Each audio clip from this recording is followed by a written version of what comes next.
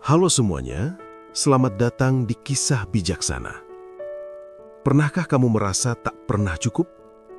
Pemasukan tiap bulan 5 juta, 10 juta, bahkan 20 juta. Tapi tetap saja terasa kurang. Bekerja keras setiap hari, namun hidupmu terasa hampa. Bukan makin tenang, justru makin gelisah. Jika iya, dengarkanlah kisah ini. Kisah yang di dalamnya terdapat satu rahasia yang akan mengubah hidupmu. Satu rahasia yang akan membawa ketenangan yang selama ini kamu cari.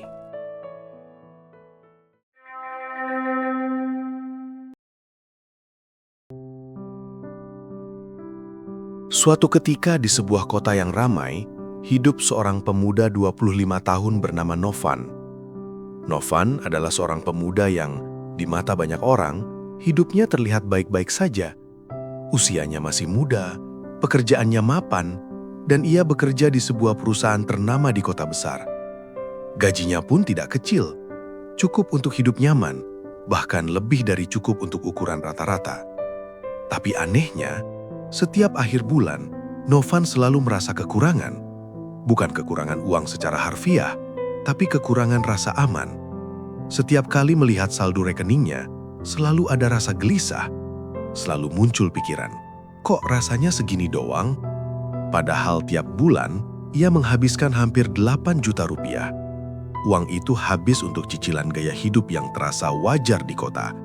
Nongkrong di kafe sepulang kerja, makan di restoran yang sedang tren, beli pakaian bermerek supaya tidak terlihat ketinggalan, transportasi yang nyaman meski sebenarnya tidak selalu perlu. Semua itu terasa normal, karena semua orang di sekitarnya juga begitu. Masalahnya, meski semua itu terpenuhi, Novan tetap tidak pernah merasa cukup. Hingga suatu hari, di tahun ketiganya bekerja, kabar itu datang. Kontrak kerjanya tidak diperpanjang. Tidak ada konflik besar, tidak ada drama. Hanya sebuah email singkat yang mengubah ritme hidupnya. Anehnya, Novan tidak langsung panik. Ia justru merasa lelah. Lelah mengejar sesuatu yang bahkan tidak ia mengerti ujungnya. Lelah dengan siklus bekerja, menghabiskan uang, lalu merasa kurang lagi. Untuk pertama kalinya, Novan memilih tidak langsung melamar kerja ke tempat lain. Ia merasa perlu berhenti sejenak. Namun kegelisahan itu tidak pergi. Setiap bulan tanpa gaji tetap membuat pikirannya makin penuh. Sampai akhirnya, ia memutuskan untuk bercerita kepada ayahnya, Pak Joko. Di sebuah sore yang tenang, Novan menceritakan semuanya. Tentang rasa tidak cukup, tentang uang yang selalu habis, tentang hidup yang terasa berat meski terlihat baik-baik saja. Pak Joko mendengarkan tanpa memotong, tidak menghakimi, tidak menyela. Setelah Novan selesai, Pak Joko hanya berkata pelan, "Van, kalau kamu capek, menepihlah sebentar." Pak Joko lalu menyarankan sesuatu yang tidak pernah terpikirkan oleh Novan. Ia meminta Novan tinggal selama 1 bulan di rumah kakeknya di sebuah kampung kecil di lereng gunung. Jauh dari hiruk-pikuk kota, jauh dari tuntutan gaya hidup. Tapi ada satu tugas, kata Pak Joko. Catat semua pengeluaranmu di sana. Novan ragu. Sebulan di kampung, tanpa kafe, tanpa mall, tanpa restoran favorit. Namun karena tak punya alasan untuk menolak, dan karena hatinya memang sedang lelah, akhirnya Novan mengangguk. Beberapa hari setelah kontraknya berakhir, ia pun berangkat menuju kampung halaman kakeknya.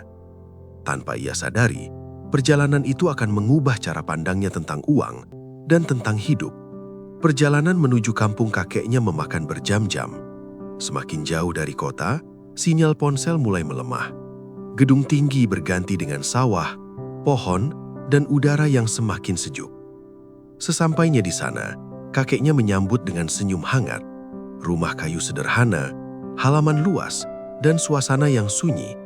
Terlalu sunyi menurut Novan. Hari-hari pertama terasa berat. Malam hari saat biasanya ia nongkrong di kafe, Novan hanya duduk di teras rumah, ditemani suara jangkrik. Tidak ada kopi mahal, tidak ada musik keras, hanya segelas teh hangat buatan kakeknya. Suatu sore ia ingin makan pizza. Ia membuka aplikasi pesan antar, lalu tersenyum pahit. Tidak ada restoran, Tidak ada pengantaran, yang ada hanya warung kecil di ujung jalan. Di hari lain ia ingin makan steak, tapi yang tersedia hanyalah nasi, sayur, dan ikan bakar. Awalnya Novan merasa hidup di kampung itu membosankan. Ia merasa seperti kehilangan dunianya. Namun pelan-pelan, sesuatu mulai berubah. Ia mulai terbiasa bangun pagi, makan bersama kakeknya, pergi ke pasar kecil yang jaraknya hanya beberapa menit dengan motor tua milik kakeknya. Di kampung, semua orang pergi kemana-mana dengan motor sederhana. Tidak ada yang peduli merek. Tidak ada yang pamer. Novan pun sadar, ia tidak perlu membawa mobil, tidak perlu terlihat keren. Pakaian orang-orang di kampung juga sederhana. Kaos, sandal, dan topi lusuh sudah cukup. Tak ada yang menilai dari merek baju. Tanpa disadari, Novan berhenti membeli pakaian baru. Bukan karena menahan diri, tapi karena memang tidak merasa perlu. Soal makanan pun begitu. Ayam bakar dan ikan bakar dengan sambal mentah yang harganya jauh lebih murah dari makanan kota, ternyata enak, sangat enak. Novan mulai menikmati makan tanpa memikirkan harga, tanpa memikirkan apakah makanannya Instagramable. Setiap hari terasa lebih lambat, lebih ringan. Dan yang paling mengejutkan, uang di dompetnya hampir tidak berkurang. Setiap malam, Novan tetap mencatat pengeluarannya, seperti pesan ayahnya. Hari demi hari berlalu, 1 minggu, 2 minggu, 3 minggu. Perasaan gelisah yang dulu selalu datang di akhir bulan, kini hampir tidak pernah muncul. Hingga tanpa terasa, 1 bulan pun berlalu. Di hari terakhirnya di kampung, Novan membuka buku catatan pengeluarannya. Ia menjumlahkan semuanya, pelan, hati-hati. Dan saat angka terakhir muncul, Novan terdiam lama.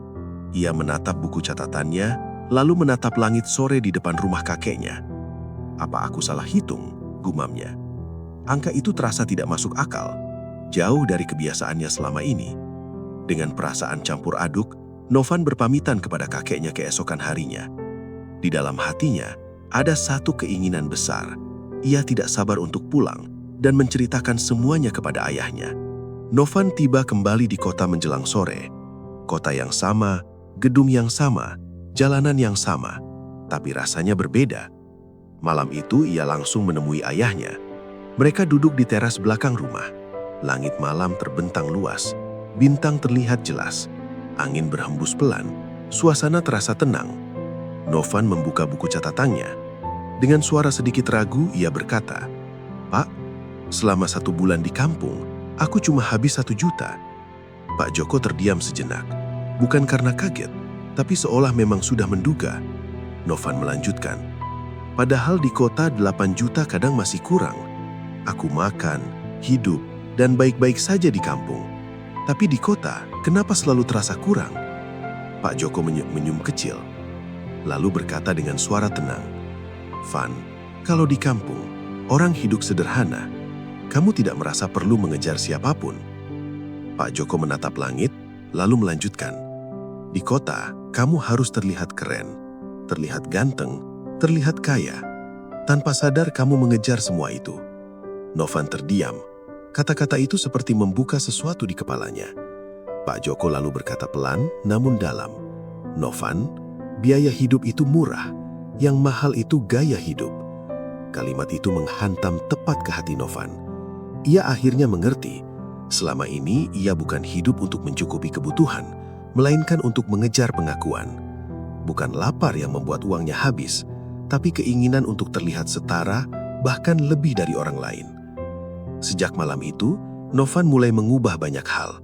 Ia tetap bekerja kembali, tapi dengan cara pandang yang berbeda. Ia lebih sadar membedakan mana kebutuhan dan mana hanya keinginan. Bukan berarti ia hidup serba kekurangan, tapi ia tidak lagi memaksakan diri. Dan untuk pertama kalinya setelah sekian lama, Novan merasa cukup.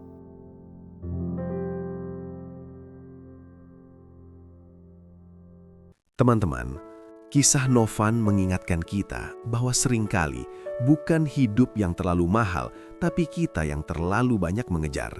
Kita bekerja keras, mencari uang, namun tetap merasa kurang. Bukan karena penghasilan kita kecil, melainkan karena gaya hidup kita terus naik mengikuti standar orang lain. Di saat kebutuhan sebenarnya sudah tercukupi, kita masih merasa harus terlihat keren, terlihat berhasil, terlihat lebih dari yang lain hanya untuk mendapatkan pengakuan. Dan disitulah lelahnya hidup dimulai. Ingatlah satu hal ini, biaya hidup itu murah, yang mahal itu gaya hidup. Saat kita mulai hidup sesuai kebutuhan, disitulah rasa cukup perlahan muncul. Karena pada akhirnya, hidup bukan tentang seberapa banyak yang kita punya, tapi seberapa tenang kita menjalaninya.